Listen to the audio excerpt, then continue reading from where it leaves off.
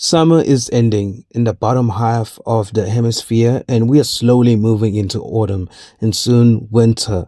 So, before we move on without any hitch, I want to reminisce about the current passing season, about what I've read. Most of them of graphic novel medium, as I was burnt out reading both non-fiction and fictional works, novel wise. So this is a very visual video, and we're going to start with a few manhwa, manga, and webtoons. Starting with Manhwa, the greatest estate developer. Honestly, I was a huge fan of this manhwa since the beginning, even though I was skeptical about it when I just stopped reading webtoon, and I remember considering deleting the app until I saw the greatest estate developer getting recommended under the ending of reading viral hits. It was season 2, so I took a chance that maybe not regret this decision. This manhwa is the best thing that happened on that dreaded platform, and it still is. The man originally from Seoul died and became Lloyd Fonterra, who originally was the pathetic background character who was a young duke that was supposed to die but survived. The troubles are not over, as he still needs to avoid the inevitable collapse of wealth that threatens any form of an early retirement plan that he feels entitled to due to his hard work doing at his past life and the unfair circumstances he had to suffer. The idea of a main character who is capable of manipulating people to perform kind acts but also somehow being a little too greedy is funny. The friendship between Lloyd and Javier is amazing, and it's the best male friendship I've ever seen in a while. This black comedy is infused with enough drama and mystery and solid characterization that I couldn't put it down. Until I actually took a break reading from the manhwa due to being my final year in 2024 at uni and catching up to the series in 2025. In 2025, I pretty much forgot about the series since December when I first started reading it. I might make a dedicated video on this manhwa, so I'm not going to talk about it, but just recommend it and say that I love the ending. The Apothecary Prince.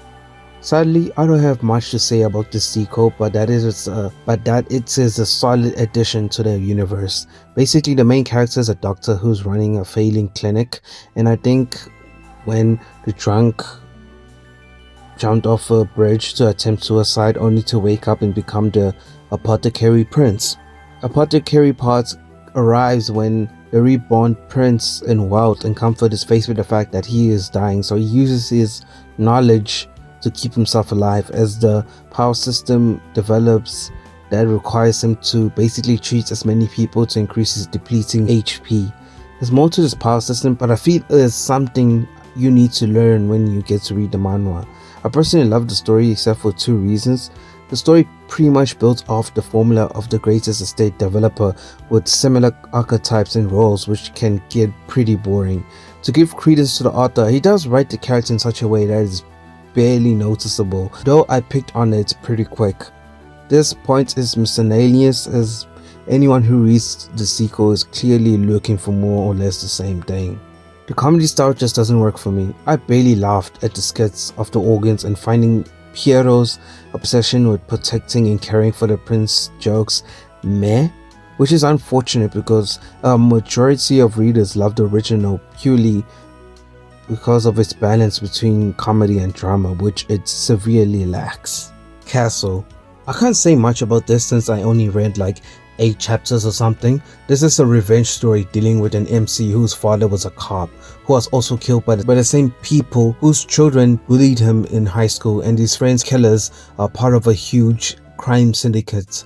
This bare bones recounting of the synopsis is just proof that this manhwa is basically a beat up action thriller with crazy cool panels that I can recall back in colleges and remember searching for this manhwa but couldn't find it elsewhere. I'll wreck it, but I'm going to continue reading it soon. Same here with the superhuman era, but this was recommended to me by a random stranger on Twitter, so yeah, only a couple of chapters, meaning I can't say much. It's a pretty good manhwa though. Omniscient Reader. This manhwa has a long story history with me since I started reading this manhwa when Tog went in hiatus in season 2. I believe I was in matric at that time. Like, bro, I fucking love this manhwa. If you don't know, this manhwa is based on a guy named Dogja, who basically is a huge fan of an unpopular web novel. That when he finally reads the last chapter of the novel, he suddenly finds that events that are happening in real life occurred in the novel.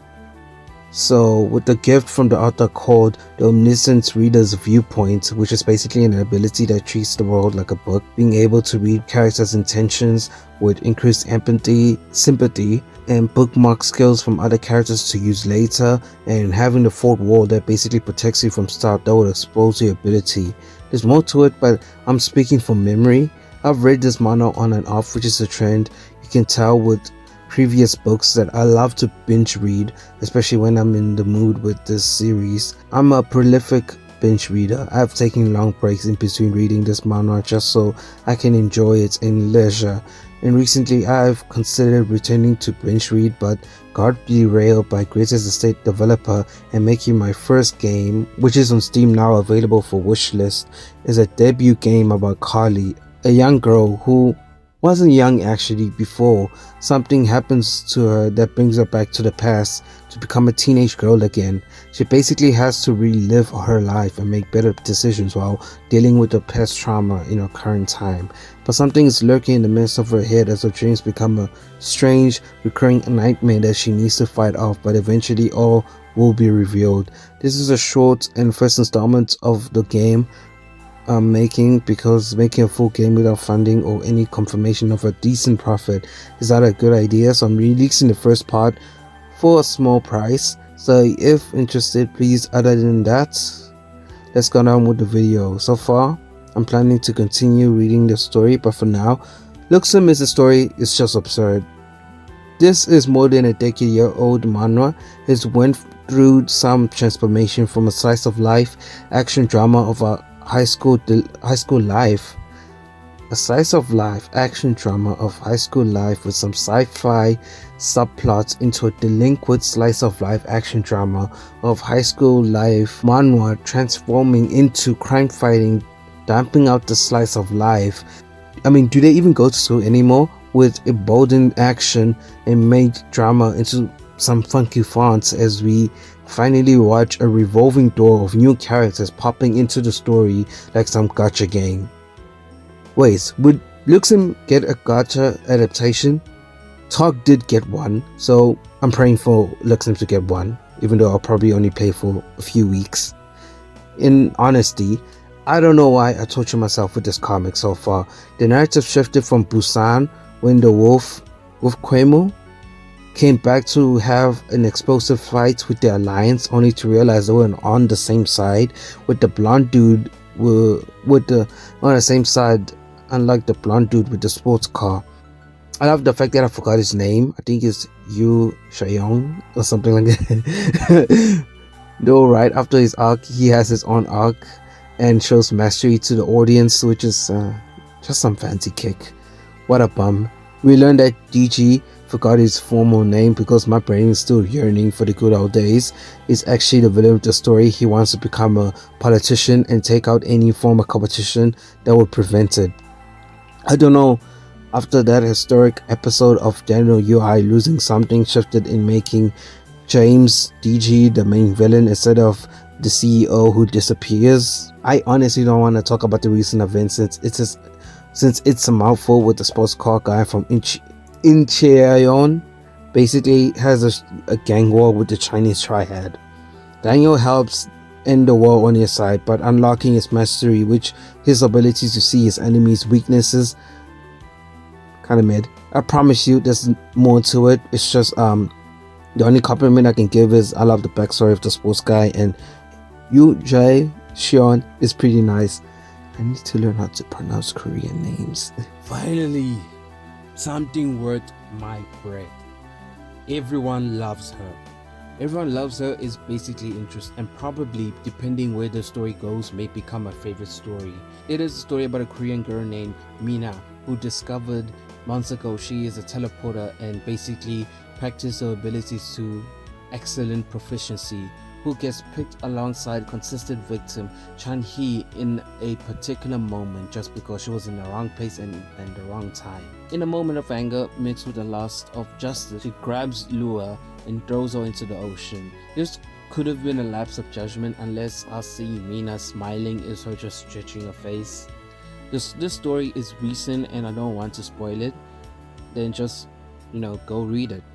I describe it as a perfect mix of Chronicles, Death Note, and Akumetsu. Wow, I need to read this manga, but I've been obsessed with random chats. Ladies and gentlemen, it finally ended, and I'm going to a record saying that I'm a broke ass bitch because I haven't read the very last episode because of the paywall. I'm so frugal, I would wait every week to finally see the ad sign so I can at least read an episode. So far there's only 2 episodes left and I'll make a video on random chat soon. A few weeks later, I finally read the last episode. I enjoyed it. And bro, why do I see stars and shit? Other than that, this is easily my favorite chill manhwa of the year, but there may be competitors inside. Peaceful camping life in another world. This manhwa is about a famous chef who loses his sense of taste and becomes disinterested in cooking, so makes a plan to start a restaurant in the village and also goes camping on the side. This change of scenery is affected by the cute white wolf cub that basically helps him travel between his world and the fantasy world hidden in his father's shed. This is a story about forming community and rediscovering yourself in others and original love you have chosen for your career path, which is similar to the genius that wants an ordinary life.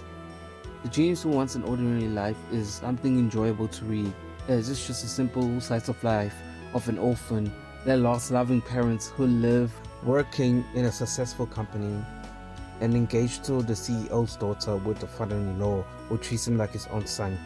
Gets the chance to not only save his parents but actually have a very happy life that was very much desired. Currently the story is ending and there's not much to glean from the narrative aspect, so it is a very good story with some pleasant moments sprinkled in. I'll recommend it. Dice. I was just reading, rereading. I was just rereading Dice. Video coming soon. Deadly Class. This is honestly the 2010s best comic book, probably of our generation. I don't care how anyone feels about this opinion, and the cancelled show was just a bummer because on rewatch it was a missed hit. I could say, but it's also getting its own video. Look, I know how annoying it is for me to say this is getting its own video, but it is getting its own fucking video soon. Gromets? Yeah. Written by the guy who wrote Deadly Class, Rick Remender. This is a 80s classic story about skaters in South Cali or North. Can't tell the difference. I'm not American. We follow the main character basically moving into a new area and becomes friends with a dude who was willing to hang out with him. This is a simple road story, as there was a chapter when the duo and the metalhead, I believe, basically gets high playing at an arcade after stuffing themselves with food. It's a fun, heartfelt story about growing up in 80s America, especially as a skater before Tony Hawk came in and turned the scene into a bigger and more popular scene with video games, movies, and maybe spin-offs. But the complete life of Scrooge McDuck is clearly a comic book focused on the titular character Scrooge McDuck. Before the spin-off DuckTales and the remake spin-off DuckTales, this comic book was spoken about by the YouTuber Matt, and I took the shot to read it, and so far it's pretty amazing. The art is nice to look at, with insane characters that are memorable and jokes that feel animated on a page. Currently I'm reading digitally, so some panels are literally tiny on my phone, so I took a little break and might go back to read it alongside Philadelphia, Daddy Dearest is Found Dead, article, Detective Son, who is also a detective, finds his dad waiting for his vampiric ass to wake up. The city itself is run down with infestation of vampires brought on by an undead president who wants to take over America with vampiric hood dudes, smash car bros, and some ladies. The art is textured throughout, and finally that I love it. The story gives me Vampire in Brooklyn vibes, but if Eddie Murphy fired the writer and director and did it all by himself. Shinobi Koto, Shinobi Undercover, is a solid manga about a young teen who is a shinobi who's required to go to school to protect an important person's daughter who is a target of violence by assassins. This is a typical shonen story between a guy who's socially awkward, especially around girls, due to his focus on ninja training and the lack of socialization, who develops a bond with his client who is a ditzy girl who seems to generally seem easygoing and caring. There's much to say since I'm starting to read it, and compared to Bug Ego, the idea of a dude riding a piece of turd into his possessed body's aliens to reclaim his body from some kind of demon is just comedy gold. This is an absurd black comedy about two boys, Hisujiya and Kokuro, who basically play around with these life hacks, which are strange supernatural tricks and knowledge to achieve a specific goal, or screw around, which are found in Kokuro's mysterious notebook. There's a lot that the series does to make you laugh while being invested in the story, so let's just talk about how insane Batuki it is as a manga and story. You're just a little girl born in a world where you may never be happy, but you have two parents who look after you, but they also seem distant. So you fill your time with activities such as skating and hanging out with your friends until you finally discover capoeira. This is a story of a girl navigating a web of conspiracy about her true origin through becoming a capoeirista with her two friends. This manga was enjoyable at first with a focus with learning capoeira with some action on the side, but it devolved into a Yakuza gang fight that immediately decreased my attention. I'm still reading it but at a lower rate compared to Sleepwalking with You. This neurodivergence coded story is my treat and also proves my AUHD pairing dynamic I covered in my first video on my channel. You have two characters, one with ADHD and another with autism, as we watch them become friends while struggling with their conditions. The main narrative has the two characters who are becoming friends join a space club, meeting another character who seems to be struggling with clinical depression. This slice of life is very much about communication, misunderstandings, and learning to understand yourself as to make better decisions. I enjoyed the story but took a long break since January and hope to return to it. Thanks for watching, and if you're still watching, other than that, I'm currently going to release the DICE video soon and see if I may tackle the Deadly Class video or the Greatest Estate Developer. But see you along.